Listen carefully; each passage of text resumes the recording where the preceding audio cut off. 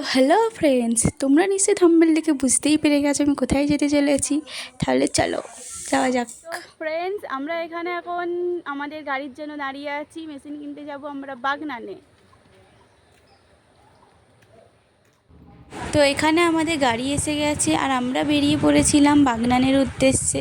চলো তোমাদের দিকে তাহলে দেখাই যে আমরা যেতে যেতে কি করলাম আর সেখানে গিয়ে কি হলো, কিভাবে আমরা মেশিন চয়েস করলাম আর কিভাবে কিনলাম। তো এখানে যাওয়ার পথে ভুল করে অন্য রাস্তার দিকে চলে গিয়েছিলাম, তখন একটা দাদাকে জিজ্ঞাসা করতে এই দোকানের কথা বললো। তো এই দোকানে আমাদের সাথে একজন এসেছিলো, সে আগেও মেশিন কিনে নিয়ে গেছে। তো এখানে আমাদেরকে সাজেস্ট করা হলো এই মেশিনটা বলছেন এখানে খুবই ভালো, খুব ভালো সার্ভিস দেয়। আমি ভাবলাম মেশিনটা একটু ট্রাই করে দেখে নেওয়া যাক, সেই জন্য আমি একটু ট্রাই করে দেখে নিচ্ছিলাম।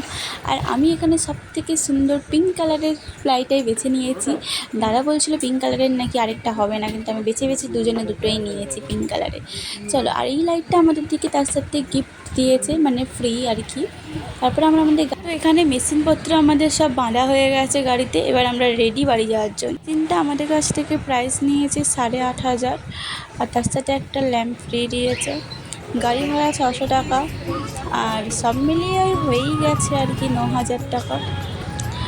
তো আজ জীবনে একটা স্বপ্ন পূরণ হলো বলে মনে হচ্ছে। আজ খুব ভালো লাগছে, যেমন আনন্দও লাগছে তেমন একটা ভয়ও লাগছে যে আমি কি সত্যি ভালোভাবে তৈরি করতে পারবো, আমি কি ঠিকঠাকভাবে তৈরি করতে পারবো।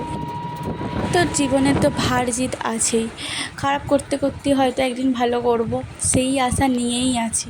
তো এখানে আমি বাড়ি এসে গেছিলাম, আমার তো খুবই আনন্দ হচ্ছিল। বাড়ি থেকে কখন মেশিন চালাবো এরকম মনে হচ্ছিল। মেশিনটা সেট করার পর আমি প্রায় রাত 10টা পর্যন্ত মেশিন চালিয়েই গেছি। তো তোমরা আমাকে জানিও যে কীরকম হয়েছে মেশিনটা। তো আজকের মতো এখানেই শেষ, টাটা। তোমাদের সাথে দেখা হবে নেক্সট ব্লগে। আর তোমাদের যদি আমার ভিডিও ভালো লাগে তোমরা আমার চ্যানেলটিকে সাবস্ক্রাইব করে আমার পাশে থেকো।